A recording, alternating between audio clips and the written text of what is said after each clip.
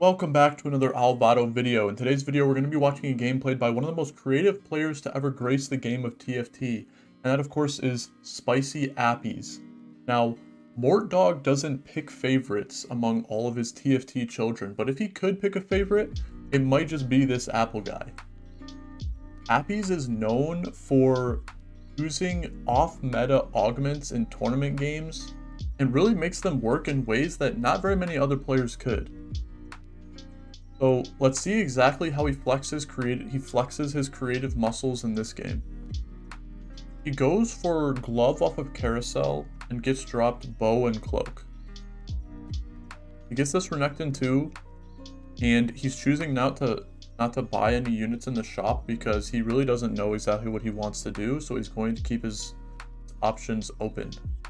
What happens if a unit in the orb, what happens if like two gangplanks get dropped in the orb? Then he's going to want to buy the gangplank over, something else.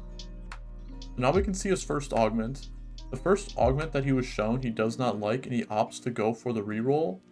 Now you can see a lot of high level players often reroll the first augment to find one that gives very clear direction. First augment of the game cannot be tailored in any way possible, so what you're shown is completely random. After he rerolls, he continues to not like what he sees. He was offered the Lulu hero augment that gives your team AP when they hold an item. And after looking at his items, he doesn't really want to play AP. So he thinks that augment isn't good. He also didn't have any gadgetine units to play around. The other augment that he could have went for was Justice Punch, which is Galio's carry augment, and I believe that augment is probably the worst augment in the game. I don't really know who's balancing this game, but they need to figure out how to buff that augment to a point where it's actually clickable, because I'm pretty sure you literally cannot, you're just playing down an augment for the whole game. Even if you could get Galio carry to work, it would fall off extremely hard very early on in the game. But either way, let's not talk about the Galio augment, because we're here to talk about the augment that he did pick, which was the Jinx augment.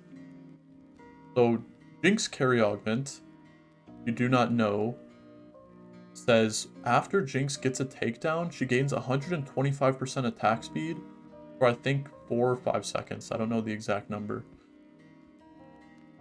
And you might be thinking, okay, well, he didn't choose Lulu because he's not playing around AP, so why is he okay with choosing Jinx?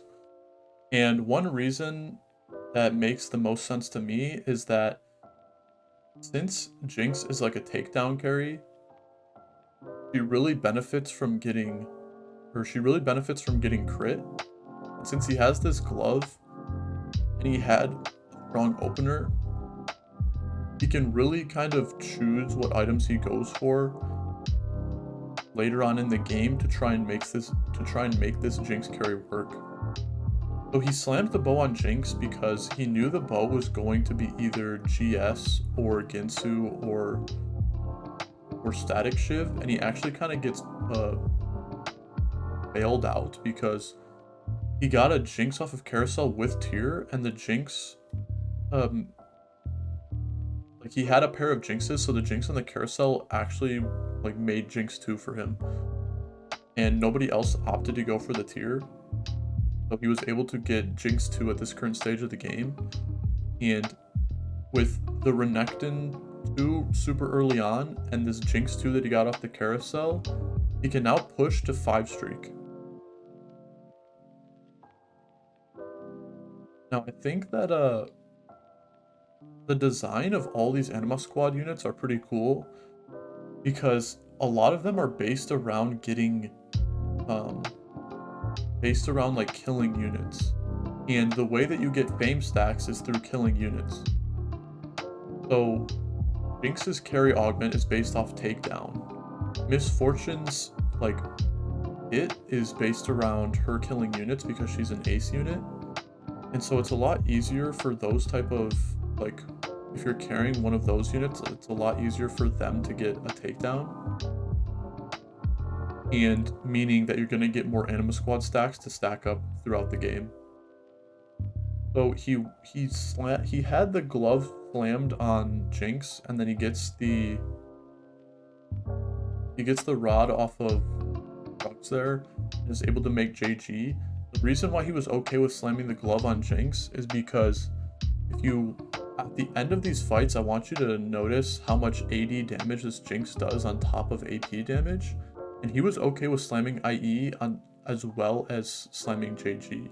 He just wanted one unit that gave crit, or one item that gave crit, whether it be IE or JG, so he was okay with slamming the glove on the Jinx. I'll get back to talking about why AD is so important for Jinx as well, but let's talk about the second augment of the game. So he was offered Preparation, Second Wind, or Thrill of the Hunt. And you might be thinking, okay, well, isn't Thrill of the Hunt the best one because Jinx depends on getting takedowns? That is true, but the thing is that Jinx is never like in the fray. Jinx is not in the front taking damage most of the time, and the way that his board is working out right now, he doesn't have the Jinx, the Prankster trait in, so he doesn't want to do any of those plays where he chooses to frontline Jinx in any way to maybe get like a really quick takedown and then Prankster out into like the back line to go back to safety. And he really just needs his front line to last as long as possible so that this Jinx can start ramping up and getting more takedowns, which spiral into getting more kills, which then spiral into getting more kills, because she just has this like constant 125% attack speed bonus. So he prioritizes Second Wind over Thrill of the Hunt, and he actually also said that Preparation is something that he really wanted to take in that spot, but the issue is that he didn't have like a single pair. Maybe if he had 4 Jinxes, one of them was on his bench, then he would consider taking Preparation so that he knows that as soon as he gets Jinx 3, it would automatically be fully prepped. But since he had nothing that like showed him that playing around prep would be like easy to play around, he just doesn't want to take it. So he's trying to figure out whether or not Prankster is better than the Sejuani. And I think maybe if the Jinx, with Second Wind, he just wants more frontline. So he doesn't get as much benefit from Prankster as he would with the Sejuani, because like I said, he just wants to get as much stall as possible. And so we can finally see the last item he chooses to make on his Jinx, and that is Giant Slayer. So Giant Slayer is extremely important. Let me get back to talking about how AD damage. You can see here, look how much AD damage this Jinx does. She does 3,600 damage this round, and I would say about 40% of that damage was AD. So Jinx is an Anima Squad unit. You get bonus AD and AP, and since Get Excited is an attack speed bonus, yes, more attacks mean that you're generating mana more quickly, but of course it also means that you're dealing more AD damage because you're attacking more. So Giant Slayer in combination with 5 Anima Squad is giving Jinx so much AD and AP that she is not only dealing massive damage with her ults, she's also, doing a sizable amount of damage with her auto attacks. So he's able to get to level 6. He was sitting on level 6 for a while, but he was able to get to above 50 gold, and now he's going to slow roll above 50 because of his HP lead that he had at the beginning of the game. We now see the final augment, and he's able to get Golden Ticket. He was considering whether or not he should include supers into his comp, but now that he has Golden Ticket and he knows that he's going to reliably be able to hit a bunch of 3 stars, he goes ahead and makes the full pivot. You can see he has 2 of these Zoes here, and he wanted to play a more like conventional board with Anima Squad and Prankster. But now that he has this golden ticket and he can pivot into supers, you can see right here he has 6 Zoes. He's only 3 off of hitting Zoe, but he realizes that he doesn't want to play that board anymore, and he values supers a lot more. And it definitely makes sense because not only, you know, of course he's going to get a lot more bonus damage from supers, but Jinx is going to utilize that bonus damage extremely well. I mean, with Set being an extremely powerful frontline, like how he, like, you can see in a fight like this Jinx is not going to be able to get any like takedowns unless she has, you know, all this bonus damage from Giant Slayer and from supers stacking up, so it makes her missile just, you know, completely destroy things.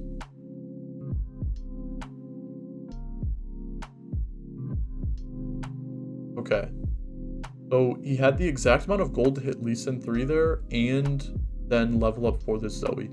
He has every unit that he wants to hit on level 6 like already done with. So he hit the Jinx, he hit the Malphite, he hit the Lee Sin. He has no other 2 costs that he's rerolling, and he has 7 Rivens, so he doesn't need to spend any more gold on level 6. He just wants to roll on level 7. So he levels up to level 7, and with the help of Golden Ticket, he's gonna try and find this Riven 3. So let's talk a bit more about his other items. So he got dropped Cloak and Chain, and he got a Spat and a Belt. And he wanted to make Sunfire Cape because anti-heal is so important, especially if he wants this Jinx unit to get through any of these frontliners. But the thing is that if he used the Belt with Sunfire Cape, then he would have a dead Spat, and he would have to make like admin Spat, or he would have to wait until his next item to figure out what he was going to make with the Spat.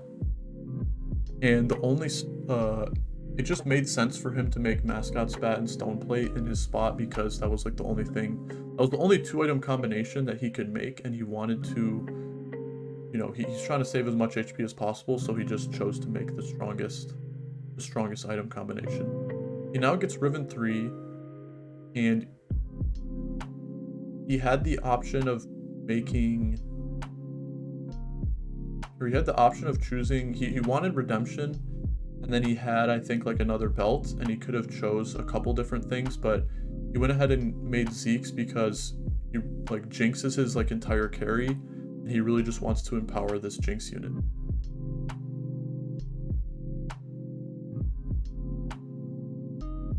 More attack speed is often better.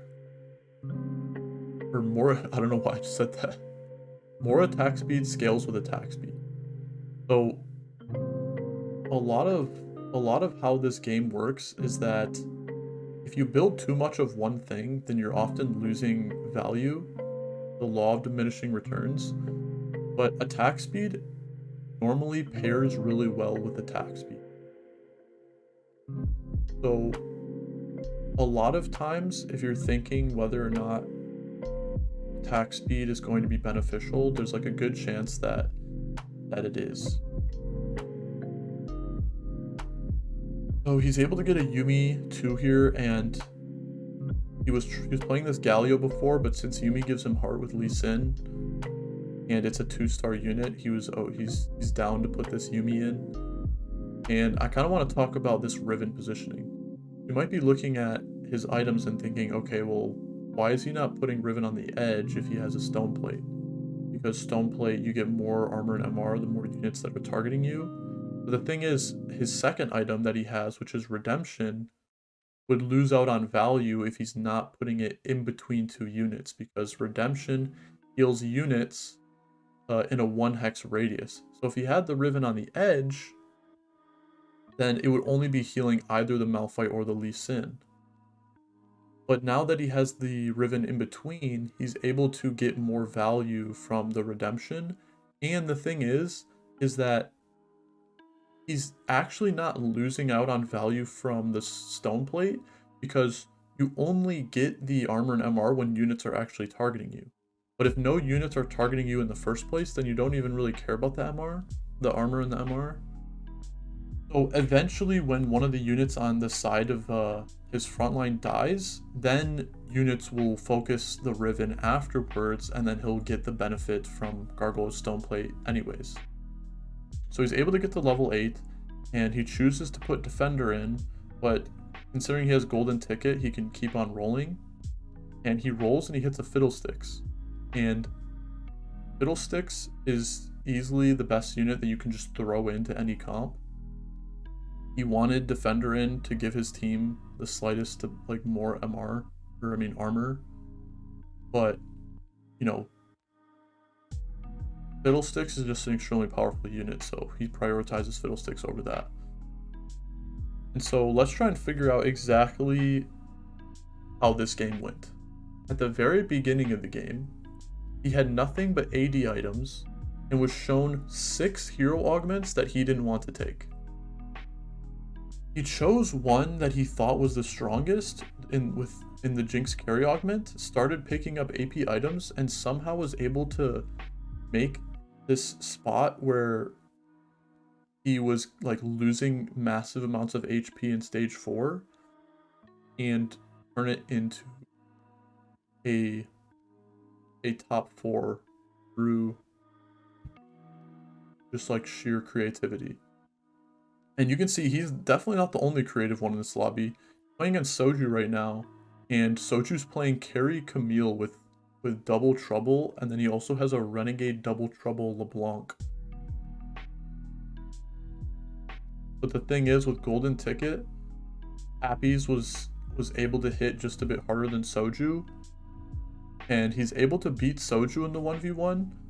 But there's a player in this lobby, this guy here with the Fiddlesticks 2, Leona 2, that is just a bit too powerful for both of them, and they're now both fighting him, and neither of them are going to be able to finish him off. But since he was able to beat Soju and get the health lead over Soju, he's able to end that game with the top 2. Yeah, that just goes to show exactly how you can be creative in the game of TFT.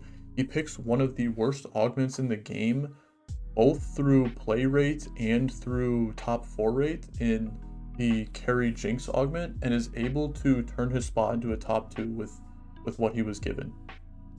Hopefully you learned something in this video. If you liked the video, like it, and I'll see you in the next one.